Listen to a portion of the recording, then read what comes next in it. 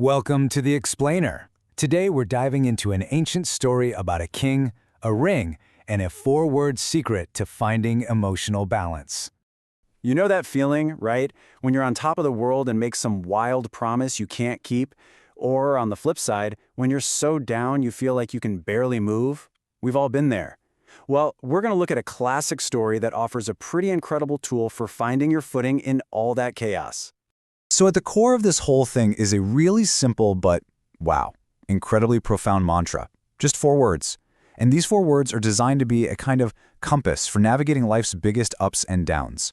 All right, so first up, let's meet the man at the center of this story. A super powerful king who was basically a prisoner inside his own head. I mean, this guy had it all. Seriously. Riches, power, an entire kingdom bowing to him. But for all that stuff on the outside, on the inside, total chaos. He was constantly ricocheting between extreme emotional states.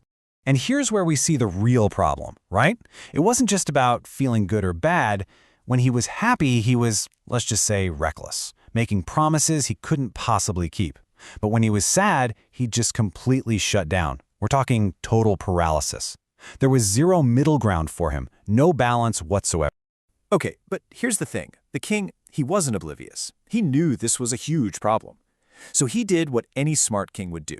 He called for the wisest person in the land to find him a fix.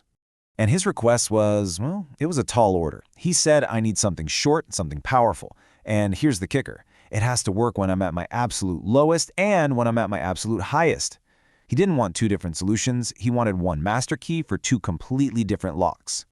So the minister, he doesn't give some big, long-winded speech. No, he just hands the king a tiny, folded-up piece of paper and says, hide this in your ring. But he gives him one very, very important rule. Do not read this unless you are completely and utterly defeated. I'm talking no hope, no way out. Only then. And as stories like this go, it wouldn't be long before the universe decided to test that rule. The king was about to face his first big trial. And when things went bad, they went really bad. First, his kingdom is attacked. Then, his army is crushed. He has to run for his life. And just when you think it can't get any worse, he finds himself trapped at the edge of a cliff. I mean, his entire world just implodes. He loses everything. So picture this. He's cornered. He can hear the enemy soldiers getting closer and closer behind him. In front of him, nothing but a sheer drop. It's over. This is the end. And in that moment, that absolute rock-bottom moment of despair, he remembers the ring. He fumbles with the ring, gets the note out, and unfolds it.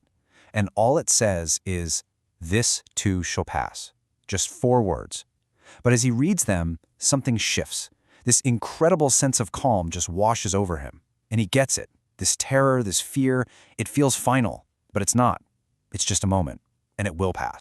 So, that little message literally saved his life. But its work wasn't done. The real genius of those 4 words, well, that was about to be revealed. The second test was coming. And just like the note said, that terrible situation passed. Months go by, he gets his act together, rebuilt his army, and he wins. He takes back his kingdom. Now he's riding through the streets, the whole city is celebrating, and he is just swelling with pride. He's on top of the world. And right then, at the peak of his glory, the wise minister comes up to him and whispers, "Your Majesty, it's time to read the message again." And the king's like, "What? Now? But things are great. I thought that was for when I was about to die." So he pulls out the note again, and he reads the exact same 4 words. "This too shall pass." But this time, whoa, it hits him in a totally different way. All that pride, that ego, that feeling like he was invincible, it just evaporates. And that's the magic, right there. That's the secret. In his darkest moment, those words gave him hope. But in his brightest moment, they gave him humility. It's a reminder that the bad times don't last, but hey, neither do the good times. It's the ultimate emotional stabilizer. So, that's a great story, but the real question is, what does this mean for us? How do we use this king's amazing lesson in our own lives? Well, it really boils down to 3 big ideas. First, balance. Life is a wheel. What goes up must come down, and what goes down eventually comes back up.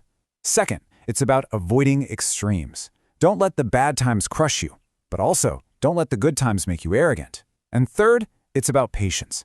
Just remembering that this moment you're in right now, whether it's amazing or awful, it is not your final destination. It's just a stop along the way. So I'll just leave you with this to think about. What's going on in your life right now? Are you struggling? Are you celebrating? Whatever it is, take a second and ask yourself, what part of this is temporary?